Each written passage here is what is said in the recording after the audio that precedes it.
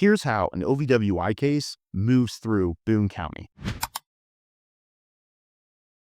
So in Boone County, what is the process if you've been charged with an OWI, or what we might call an OWI, or a DUI? Operating a vehicle while intoxicated. What's the process? Step by step. First thing that's going to happen to you, you're probably going to be stopped, right? There's going to be some kind of investigation where you're stopped, you're pulled out of your car, you do standardized field sobriety tests, maybe you do a breath test, maybe you have your blood drawn, and then you're arrested. You're going to be booked into jail. You're going to sit a night in jail, 2 nights in jail, 3 nights in jail, 4 nights in jail. It depends. You might be able to get out the next morning. You might be able to post bond. You might be able to be released on your own recognizance. It's up to the court. It's up to the jail. But you're going to get booked, and then you're going to have charges filed. Presumably, those charges are going to be filed relatively quickly. Sometimes charges are filed the next day, 2 days later. Sometimes they will wait until they have your blood results back. So just because you were arrested and not charged the next day doesn't mean they're not going to charge you. Once they have charged you, you're going to have what's called an initial hearing. An initial hearing is when the judge is going to tell you what you've been charged with, what your rights are. To simply put, what the probable cause affidavit says. It's just basically giving you preliminary information on what you've been charged and why you've been charged. Next steps after that are you're going to start having what we call pretrial conferences, and your license is going to get suspended. Now, if you hire an attorney, that attorney might be able to either prevent your license from being suspended or keep you driving while it technically is. So there's different ways your license can be suspended. It could be a refusal suspension. It could be a general suspension, but your license is going to get suspended. However, an attorney might be able to keep you on the road and driving, at least in some way, maybe not fully, wherever, however you want, but at least to important things like work, school, religious events, things like that. Next step, you hire us. We're going to be talking with the prosecutors about what's their evidence, what kind of plea can we get, do we need to take this to trial? So there are a lot of things that go into that. Some cases are really good for trial. Some cases have a lot of tribal issues. Maybe the officer messed up. Maybe the officer did not perform the standardized field sobriety test correctly. Maybe the officer did not have probable cause to believe you were drinking. Maybe your blood results came back and they were below the legal limit. That doesn't mean the case is getting dismissed. But these are all things that could cause your case to be good for trial. Or maybe the officer did a really good job.